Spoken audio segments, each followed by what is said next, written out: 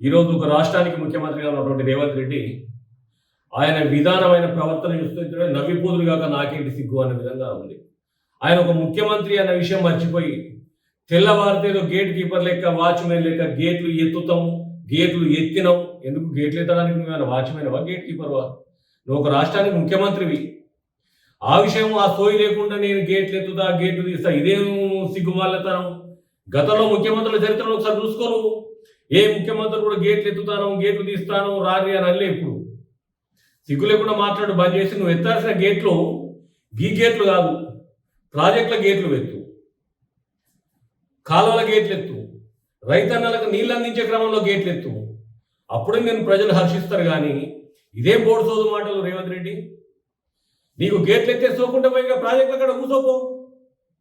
ఇలా యావత్ భారతదేశం కాదు ప్రపంచం అంతా ఇలా తెలంగాణ వైపు చూస్తున్నటువంటి సందర్భాన్ని గతంలో గత ముఖ్యమంత్రి కేసీఆర్ గారు ఒక చక్కటి ప్లాట్ఫామ్ తయారు చేసి పెట్టిండ్రు. ఆ ప్లాట్ఫామ్ ఇలా మా కళ్ళ ముందర కూలిపోతా ఉన్నది. ఇలా రైతన్నలు ఆత్మహత్యలు చేసుకుంటా ఉన్నారు.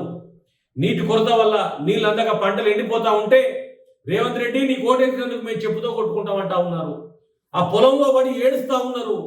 అయ్యో మాకు చక్కటి ముఖ్యమంత్రిని కూడా కొట్టుకున్నాం, మా బతుకులు నాశనమని చెప్పేసి కన్నీరు పెడుతున్న వీడియోలు ఇలా రాష్ట్రం అంతా చూస్తూ ఉన్నాం. వాటిపైన సమాధానం చెప్పు రేవంత్ రెడ్డి. నువ్వు గుంపు మేస్త్రి అని పెట్టుకున్న పదం 100% నీకు కరెక్ట్ సూట్ అయింది. ముఖ్యమంత్రి అనే పదం నీకు సూట్ అయ్యేది కాదు. ఇలా నీకేమైనా సిగ్గనేది ఉంటే ఇలా రైతు బంధు సంగతి ఏంది, రైతు బంధు ఎందుకు వేస్తారు, దానిపైన ప్రజలకు సమాధానం చెప్పు. గేట్ల ఎత్తుల కోసం కాదు. ఇలా రైతులకు నువ్వు రుణమాఫీ అన్నావు 9 తారీఖు డిసెంబర్కు, దానిపైన సమాధానం చెప్పు. గేట్లు ఎత్తుతున్నా అనేది కాదు సమాధానం.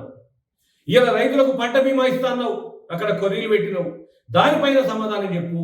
రాష్ట్ర రైతాంగం అంతా సౌకర్యంగా ఉందా, ఇబ్బందులు పడతా ఉన్నదా నా చేతకానితనం వల్ల అనే దాని మీద దృష్టి పెట్టాల్సినటువంటి బాధ్యత ఒక ముఖ్యమంత్రిగా నీ పైన ఉన్నది. నువ్వు అంటే గేట్లు ఎత్తి బతుకుతానంటాను. గేట్లు ఎత్తడానికి ముఖ్యమంత్రి అవసరం నీకు? సిగ్గు ఎక్కువ మర్చిపోయి రాష్ట్రాన్ని దివాలా తీసేటువంటి నీ పాలన ఇవాళ అధోగతి పాలు చేస్తా ఉన్నది రైతన్నల జీవితాల్లో. దానిపైన దృష్టి పెట్టకుండా నీ నోటికి వచ్చినట్టు గేట్లు ఎత్తినా, గేట్లు ఎత్తుతా రారి వస్తున్నారు పోతున్నారు. నీకు సిగ్గనేది ఉంటే ఒకసారి ఆలోచించుకో. రాష్ట్రంలో నీ పార్టీకి కానీ నీ పక్కన ఉన్న మరో జాతీయ పార్టీ బీజేపీ కానీ అభ్యర్థులు దిక్కులేరు.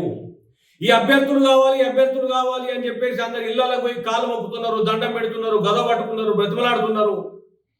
ఇదంతా కంటే చక్క కేసీఆర్ గారి దగ్గర పోయి అయ్యా నీకు దండం పెడతా, కాలు మొక్కుతా, మాకు 10 మంది అభ్యర్థులు ఇవ్వండి ఇస్తాడు. ఎందుకు సిగ్గు తీసుకుంటున్నారు రాజకీయాల్లో? మీకు ఎంపీ అభ్యర్థుల మీద ఉన్నటువంటి చిత్తశుద్ధి రైతుల మీద ఉన్నదా? ఎంపీ అభ్యర్థుల కోసం నువ్వు గడప దొక్కుతున్నావు. ఇదే ఒక గ్రామానికన్నా వెళ్ళినావా? మొన్న ఇంత పెద్ద పంట నష్టాలు జరిగినాయి వడగల వాళ్ళతోటి. రైతులు ఆ పొలాలను వండి దుఃఖం పెట్టుకుంటున్నారు, కడుపు చేత పట్టుకొని రోడ్ల మీదకి వస్తా ఉన్నారు. ఏ గ్రామాన్ని నువ్వు కానీ నీ మంత్రివర్గం కానీ స్పందించి సందర్శించి మీ గ్రామానికి మీరు నష్టపోయిన పంటలకు మీరు సాయం చేస్తారని ఒక చోట ఒక స్టేట్మెంట్ ఇచ్చినావా? ఇంత వడగల్ల వాన వచ్చి రాష్ట్రం అంతా ఇబ్బందులు పడతా ఉండక ముఖ్యమంత్రిగా నువ్వు ఒక కార్యాచరణ తీసుకున్నావా? దేనికి నువ్వు గుంపు మేస్త్రి పదం పోయి వాచ్మెన్ పదం వచ్చేలా ఉన్నది. ఇప్పటికైనా నీకేమైనా చిత్తశుద్ధి ఉంటే గతంలో 2023లో రైతన్నలు ఏ రకంగా ఉన్నారు, 2024లోకి వచ్చిన తర్వాత రైతన్నల పరిస్థితి ఏ రకంగా మారింది?